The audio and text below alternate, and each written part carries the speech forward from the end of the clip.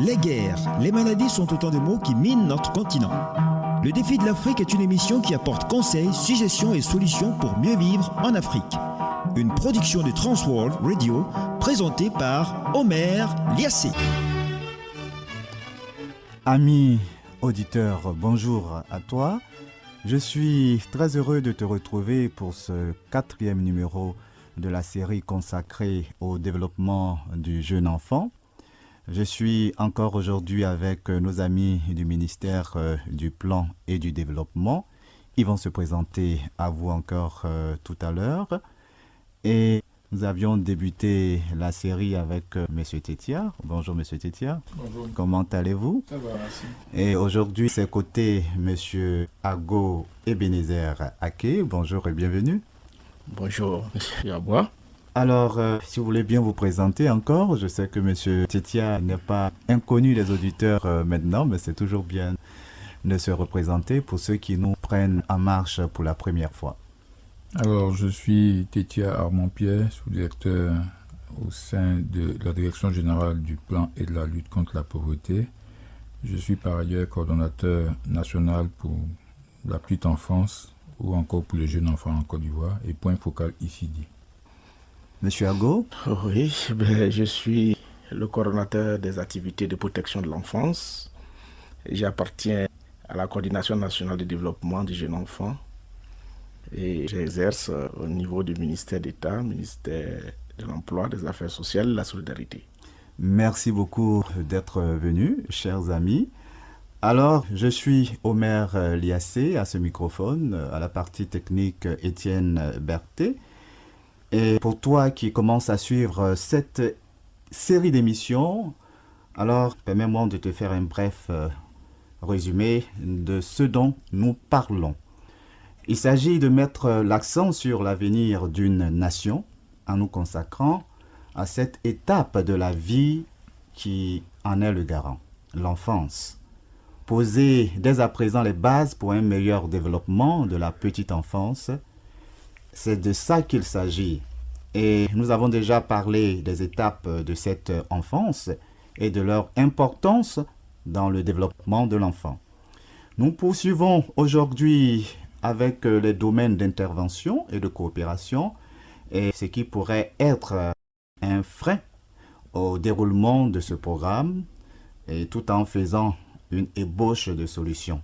Mais avant d'entamer le vif du sujet, je vous invite à relaxer un peu, vous détendre, à vous positionner confortablement dans vos fauteuils ou sur votre siège. Et si vous êtes en train de conduire, prudence, mais n'hésitez pas à suivre cette émission et nous contacter au besoin si vous avez des préoccupations au 03 31 82 46.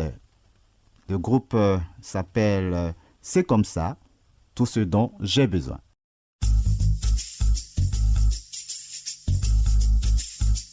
Tu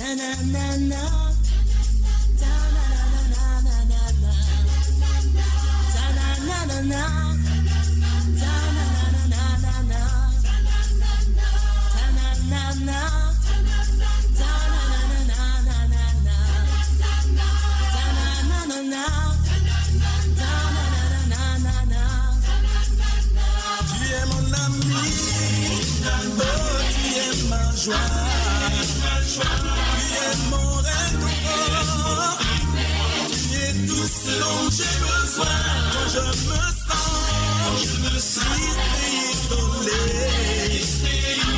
Toi Seigneur, je peux compter. Oh, tu es mon ami, oh, tu es ma joie, tu es mon réconfort. Tout ce dont j'ai besoin quand je me sens isolé. Toi Seigneur, je peux compter. Ungamnewa, ebo nameni, ebo nameni, ao tuti, we saman, yeah. We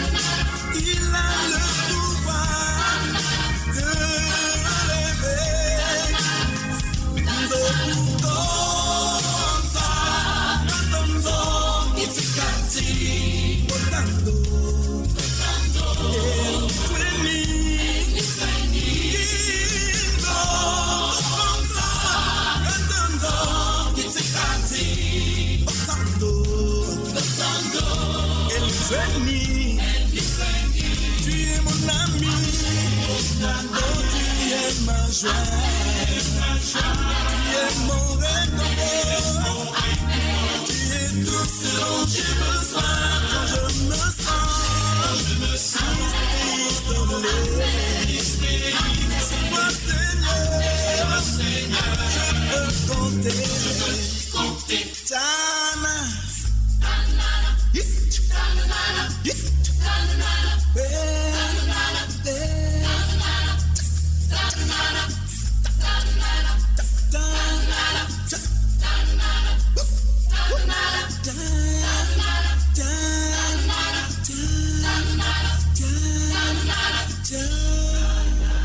Oui, tout ce dont j'ai besoin, c'était avec le groupe C'est comme ça, et tout ce dont nous avons besoin, M. Tetia, M. Ago, c'est de comprendre un peu, de connaître les différents domaines d'intervention, de coopération et les acteurs. Alors, en fonction des différentes étapes, alors quel type d'intervention, quel type d'acteurs et peut-être avec qui déjà vous travaillez et qui est concerné. Merci bien, monsieur. Ce que je peux dire déjà, c'est de noter qu'il y a un ensemble de parties prenantes dans l'approche de la petite enfance. Ça part déjà des ministères sectoriels, c'est-à-dire le ministère de la Santé, le ministère des Affaires sociales, le ministère de l'Éducation nationale, pour ne citer que les ministères phares. Sinon, il y en a pas mal, 11 au total. On a également les partenaires techniques et financiers qui nous apportent leurs appuis. Il y a les ONG nationales et internationales avec la société civile. On peut également citer les collectivités territoriales ou bien les structures décentralisées et déconcentrées. Il y a les communautés elles-mêmes. Il y a les familles et on pourrait prendre à un degré moindre le secteur privé. Donc voici un peu balayé l'ensemble des acteurs, sinon des parties prenantes concernées par le développement de la petite enfance. Alors merci, on va revenir sur les différentes étapes et puis étape par étape, dites-nous qu'est-ce qu'on peut faire, qui peut faire quoi pour obtenir quel résultat. Alors ce qu'il faut comprendre, c'est que comme nous l'avons dit dans l'une de nos émissions, c'est d'abord que la Côte d'Ivoire a fait le choix d'une approche intégrée. Donc c'est le développement intégré du jeune enfant. Ça veut dire que nous apportons un ensemble d'offres, mais pas de façon sectorielle, mais de façon intégrée. Et les différentes tranches concernées, c'est déjà, on va dire, il y en a 5. La tranche prénatale, dès que l'enfant est conçu, la tranche périnatale, ensuite 0-3 ans, et 3-6, et enfin 6-8. Et selon que nous sommes dans l'une ou dans l'autre tranche, les secteurs d'activité prioritaires concernés rentrent en jeu. Mais en même temps, il y a des volets transversaux, comme par exemple le VIH, qui peut commencer depuis la période prénatale et puis s'achever lorsque l'enfant même va à l'école. Donc dans les secteurs, il y a l'éveil et l'éducation, comme on l'avait dit tantôt, il y a la santé et nutrition, il y a la protection, à la fois civile et juridique, il y a l'eau, l'hygiène et l'assainissement. Le VIH étant une approche transversale. Et puis également, on a développé une approche qui est un peu spécifique, c'est la prise en charge des enfants à besoins spéciaux.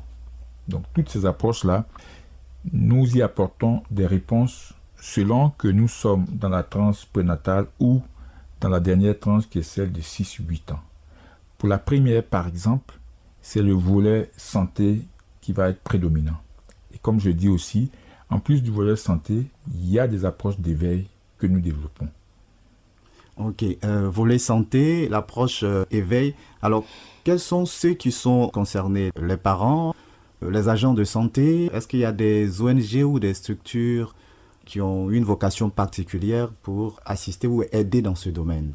Absolument. Il y a d'abord les structures étatiques, les personnels de santé qui apportent quelque chose aux femmes qui sont en attente d'un enfant. Par exemple, il est demandé à la femme enceinte de faire ses vaccinations. Pendant que elle a tant d'enfants, il y a un ensemble de mesures médicales qu'il faut suivre. Donc, à partir de ce moment-là, on peut initier des projets avec des ONG, parce qu'il va sans dire que ce n'est pas la structure centrale qui va faire le travail. Justement. Nous allons définir le cadre et les ONG vont être dans l'opérationnel. Et sur votre antenne, justement, nous avons lancé la dernière fois un appel à toutes les ONG qui ne sont pas encore inscrites dans le réseau national des ONG qui doivent en principe intervenir pour la mise en œuvre des activités pour le développement intégré de la petite enfance.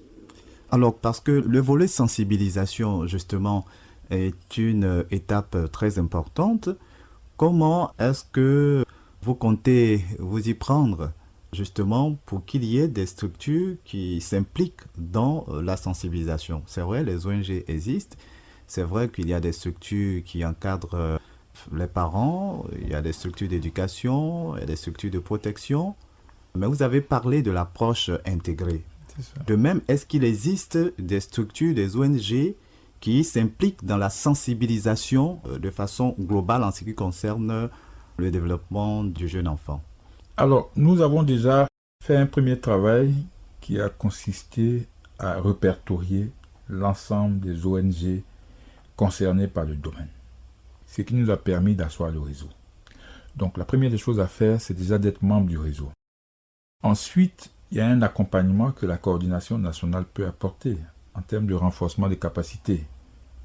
Parce que vous savez, la matière petite enfance n'est pas une matière quelconque. C'est pour ça qu'il faut se donner les moyens d'apporter une réponse, mais une réponse durable. Donc, la chose qu'il y a à faire quand on a répertorié les ONG, c'est déjà de les accompagner dans le renforcement des capacités. Et si vous regardez notre plan d'action, il est prévu des ateliers de renforcement des capacités des ONG afin de leur donner des outils nécessaires pour prendre en charge la petite enfance sur le terrain. Donc, c'est prévu. Nous communiquons dans le document de politique, il est prévu toute une stratégie de communication pour non seulement informer les ONG, mais je veux dire faire des plaidoyers aussi en direction de l'État, en direction des décideurs, en direction de tous ceux qui peuvent contribuer au développement de la petite enfance.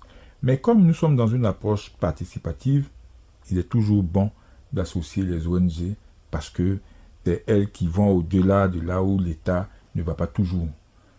Mais en même temps, on doit s'assurer qu'elles ont la bonne matière, elles ont la compétence pour y aller. Et c'est le rôle que la coordination peut jouer vis-à-vis de ces ONG. Il y a un accompagnement qui est prévu, mais un accompagnement institutionnel. Alors, je voudrais revenir à un acteur que je considère primordial, c'est la cellule familiale, je pourrais dire, ce sont les parents, c'est la maman, c'est l'époux. Alors, qu'est-ce qu'on peut faire justement pour intégrer ces acteurs-là dans la sensibilisation en ce qui concerne le développement du jeune enfant, surtout pour cette tranche d'âge, cette étape prénatale et néonatale? Alors, vous savez que les parents ont un rôle à jouer vis-à-vis de leurs enfants et vis-à-vis de leur communauté. En tant que parents, c'est une responsabilité qu'ils ont. À partir de ce moment-là, ce qu'il y a lieu de faire à notre niveau, c'est de se donner les moyens de développer chez eux, chez ces parents-là, des connaissances, sinon des aptitudes, pour que ces parents-là aient la capacité de prendre en charge leurs enfants. Et je vous ai également parlé la dernière fois d'un programme qui est en train d'être élaboré. Et lorsque ce programme sera mis en œuvre, on pourrait apprécier tout ce qui peut être fait pour la prise en charge des enfants. C'est le programme d'éducation parentale.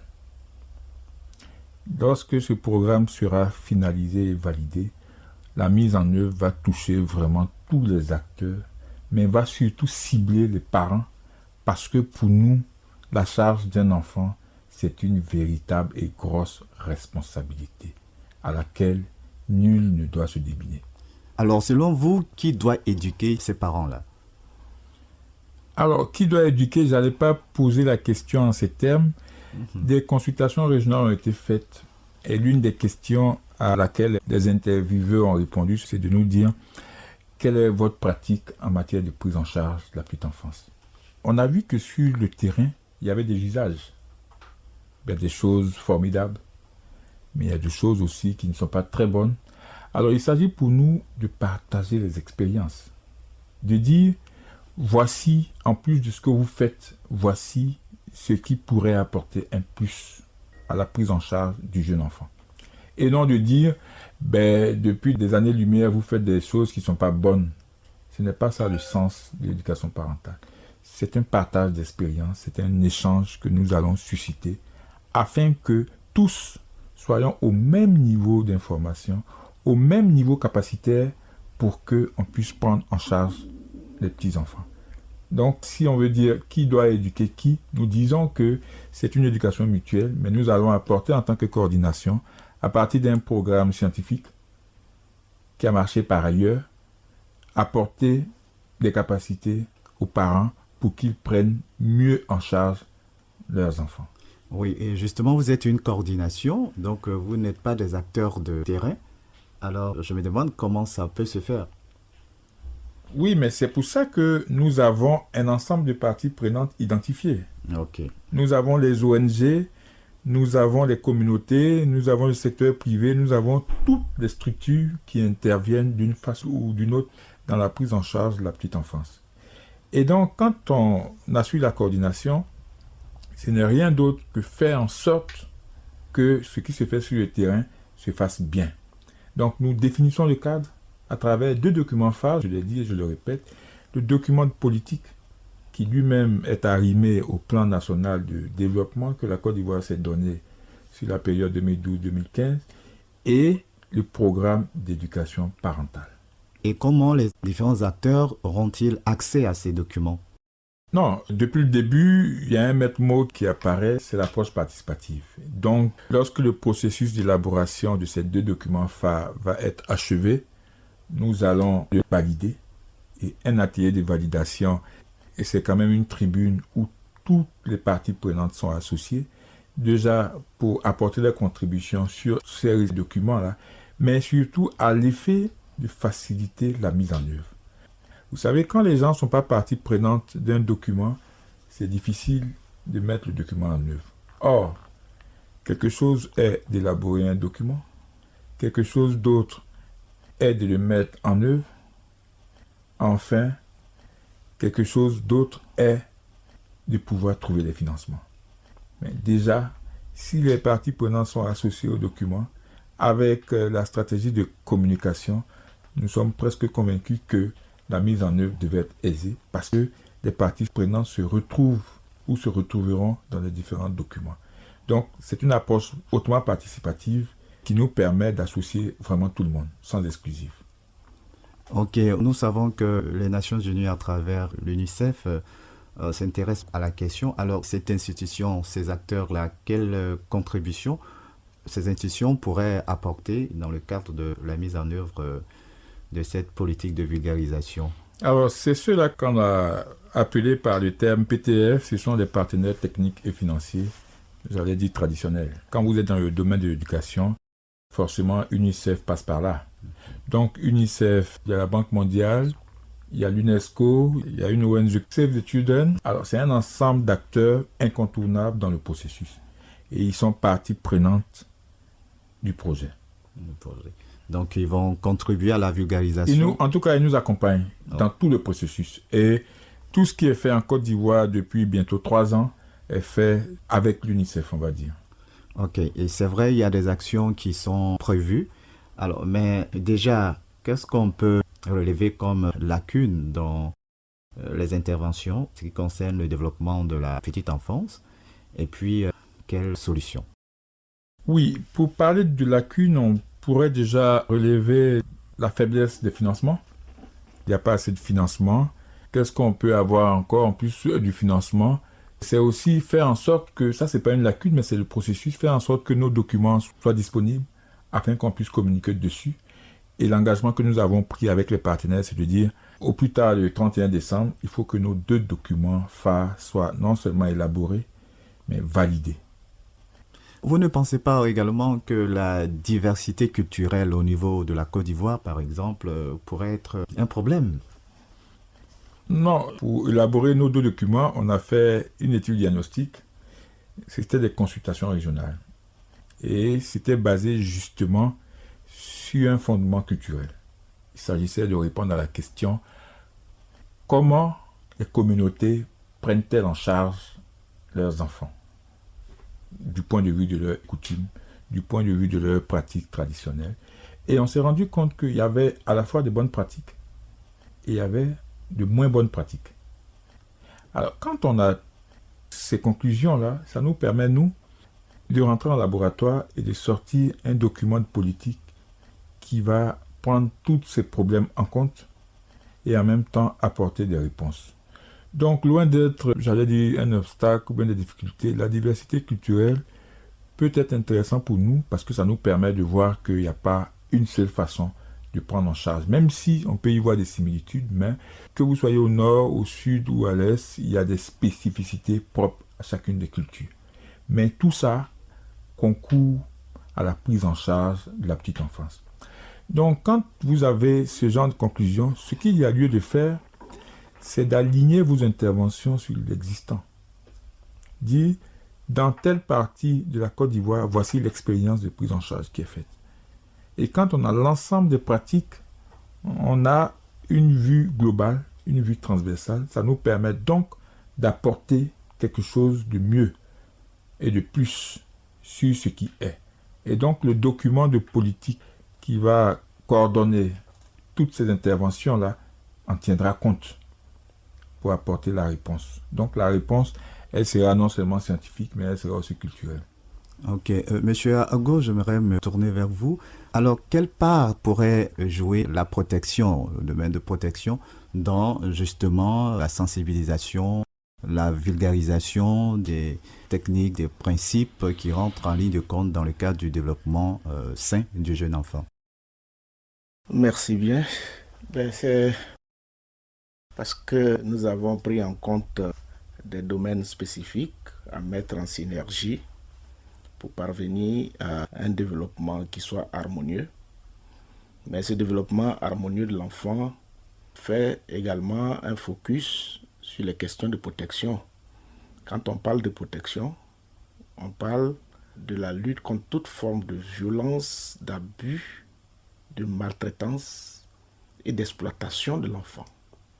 Donc protéger l'enfant contre ces abus, ces violences et exploitations nous renvoie, n'est-ce pas, à toutes les considérations sur lesquelles on pourrait faire un focus du point de vue de la période prénatale, de la période périnatale et de la tranche d'âge 0-3 ans et 3-8 ans.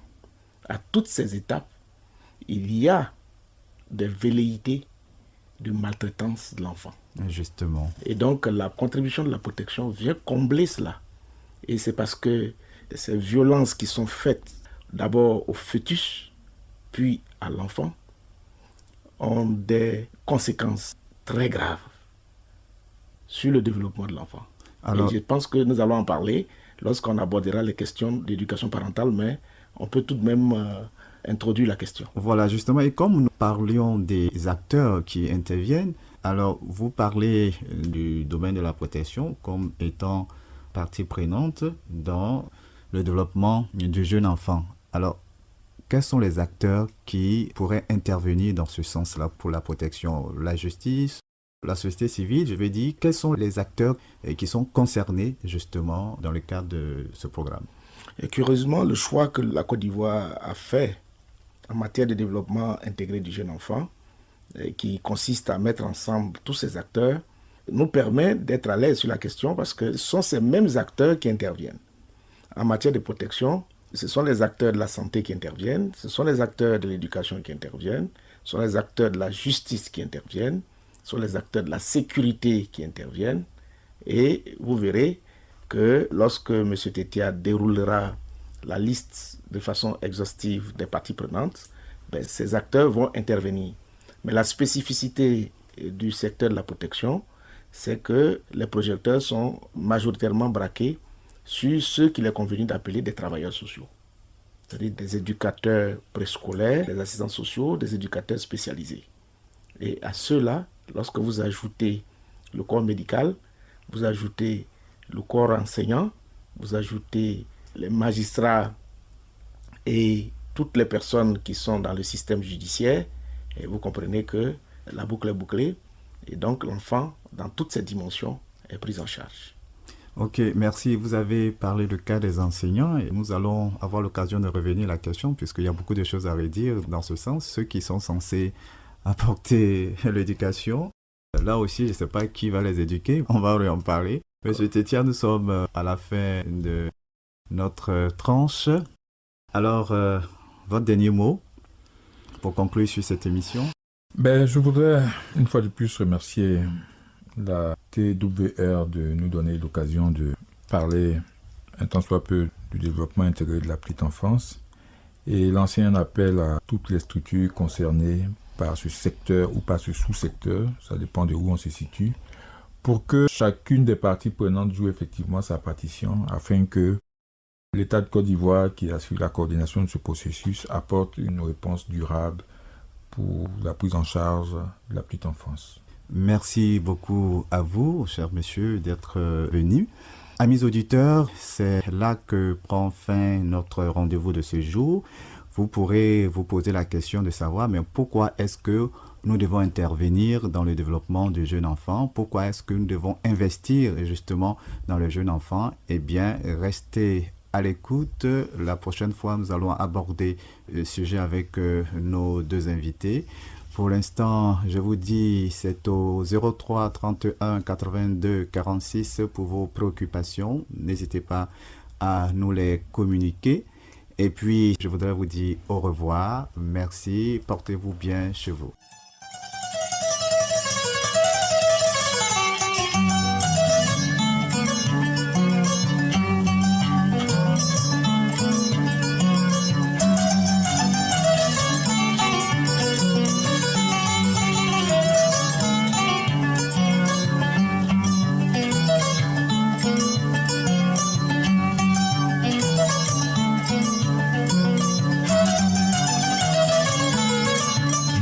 Suivre le défi de l'Afrique, une émission de développement pour le mieux-être de l'Afrique.